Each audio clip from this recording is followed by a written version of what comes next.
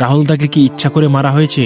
রাহুল দাকে মারার জন্য কি আগে থেকেই ষড়যন্ত্র করা ছিল? কেন আমাদের রাহুল দা ঠিক জুবিনদার মতো করে এই জলে ডুবে মারা গেলেন? রাহুল দা আর জুবিনদা একই সিনেমার মাধ্যমে তারা জনপ্রিয়তা পেয়েছিলেন। রাহুল দা জনপ্রিয়তা পেয়েছিলেন তার অসাধারণ অভিনয়ের জন্য, আর জুবিনদা জনপ্রিয়তা পেয়েছিলেন তার অসাধারণ কণ্ঠে গান গাওয়ার জন্য। আমাদের রাহুল দা এবং জুবিনদা দুজনেই মনের দিক থেকে খুব ভালো মনের মানুষ ছিলেন।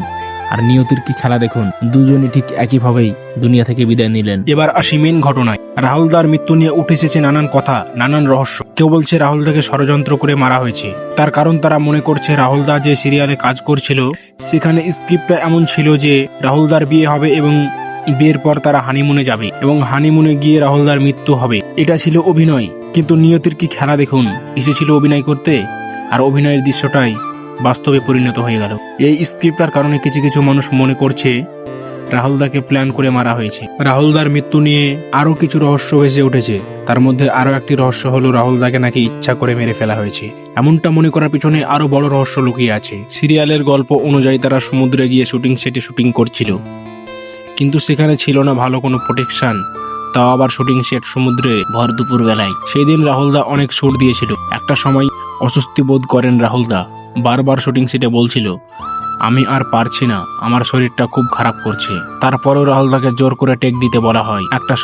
একটা সময় রাহুল দা বোর্ড থেকে সমুদ্রে পড়ে যায়। সেই শুটিং সেটে থাকা সকলেই রাহুল দাকে সমুদ্র থেকে উদ্ধার করে হসপিটালে অ্যাডমিশন করায়।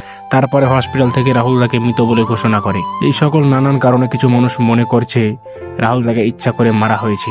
আজ রাহুলের স্ত্রী হারিয়েছে তার স্বামীকে, রাহুলের ছেলে আজ হারিয়েছে তার বাবাকে, মা হারিয়েছে আজ ছেলেকে। রাহুলের মৃত্যুর কারণগুলি নিয়ে টলিউডের কিছু অভিনেতা অভিনেত্রী ক্লেম করেছিল থানাতে, এবং টলিউড ইন্ডাস্ট্রির বড় বড় অভিনেতারা স্ট্রাইকও করেছিল, কিন্তু কোনো লাভ হয়নি। ব্যাপারটা আধারে আধারে মিটে গেছে।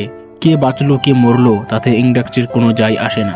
একটা অভিনেতা যাবে আর একটা অভিনেতা আসবে, এই তো আমাদের বাংলার ফিল্ম ইন্ডাস্ট্রি। তাও ভালো যে রাহুল দার মৃত্যুতে বাংলা ইন্ডাস্ট্রি মুখ খুলেছিল, জুবিনদার মৃত্যুতে তো কেউ মুখই খুলেনি।